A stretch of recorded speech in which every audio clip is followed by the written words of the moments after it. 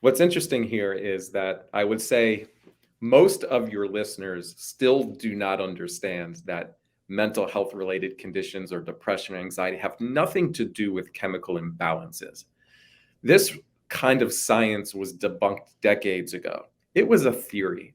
It was a theory that was developed, identified maybe in the 60s or 70s, and the pharmaceutical companies ran with it as a justification for their new product, which was Prozac in the late 1980s, when that was brought to the public. It was publicized as we call it, an anti-depressant. That's powerful language, right? That you can take a drug that is anti-depression.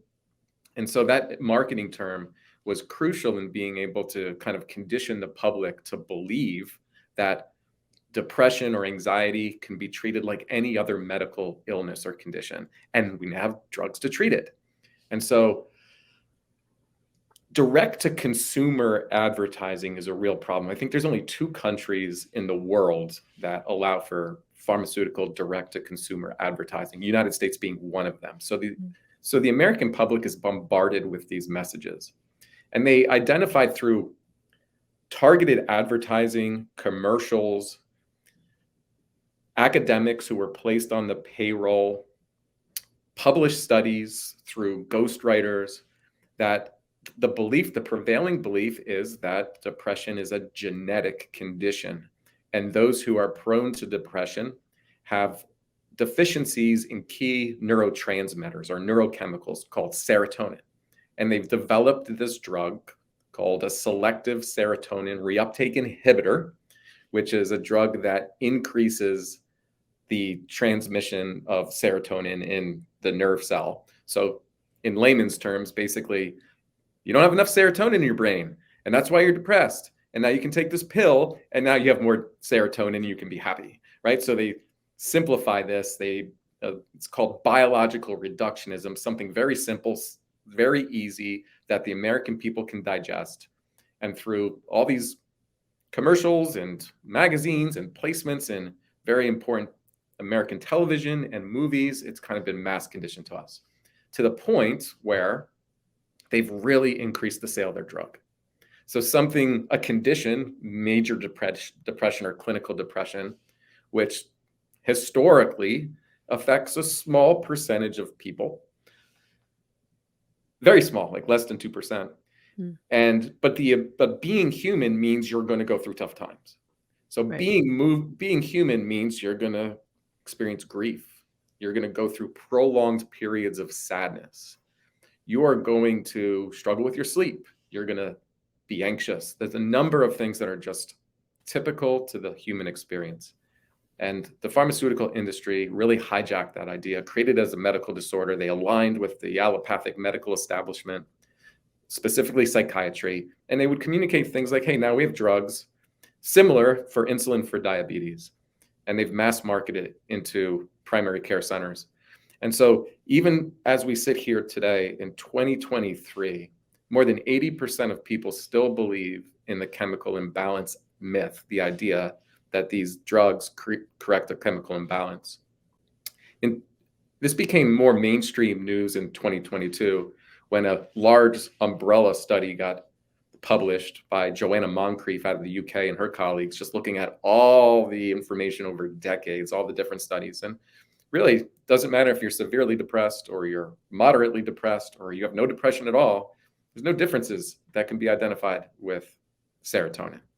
And so really what that does is that's a big wake up call for the public. Well, what's this drug doing?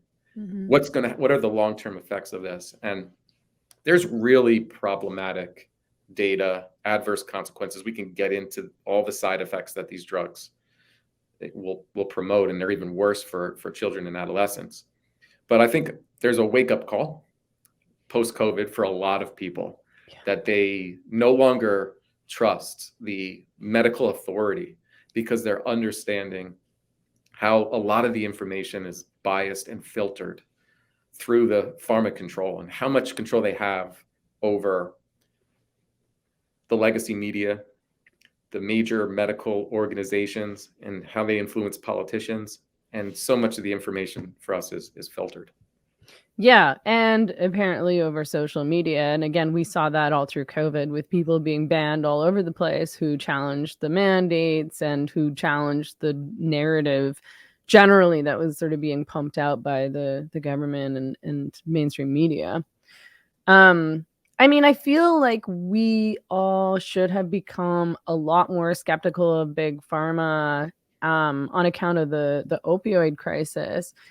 But as you say, after seeing what went down during COVID, it's surprising to me that anybody would really continue to trust these corporations, to be honest, because that whole thing seemed to me like a money grab.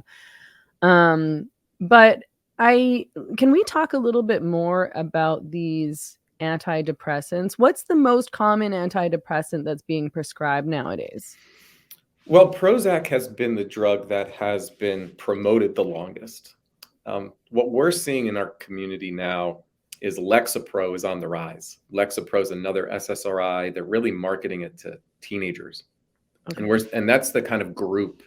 Young people is the group that we're seeing the increase in prevalence of taking antidepressants, and that's because 80% of these drugs are being prescribed in primary care.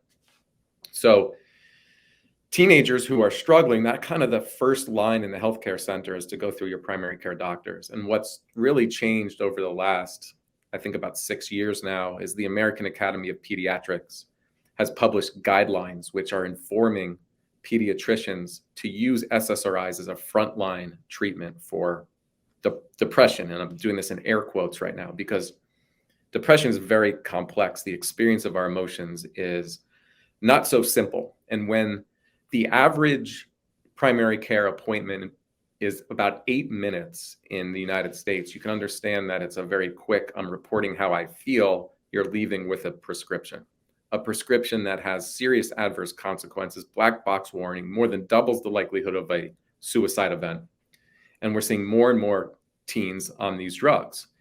And the reason it's because of those guidelines. I've talked to the pediatricians. They have to follow these guidelines in this fast food style of healthcare that currently exists because of there's fear. If I don't follow the guidelines and something happens to this kid, I could be liable. And so that's Mm. the power of those guidelines, which I'm really speaking out against. And they're using these very simplified 9-question checklists that aren't valid representations of depression anyway. So basically, they're going to over-diagnose depression, which is exactly what's happening, to justify the use of these drugs.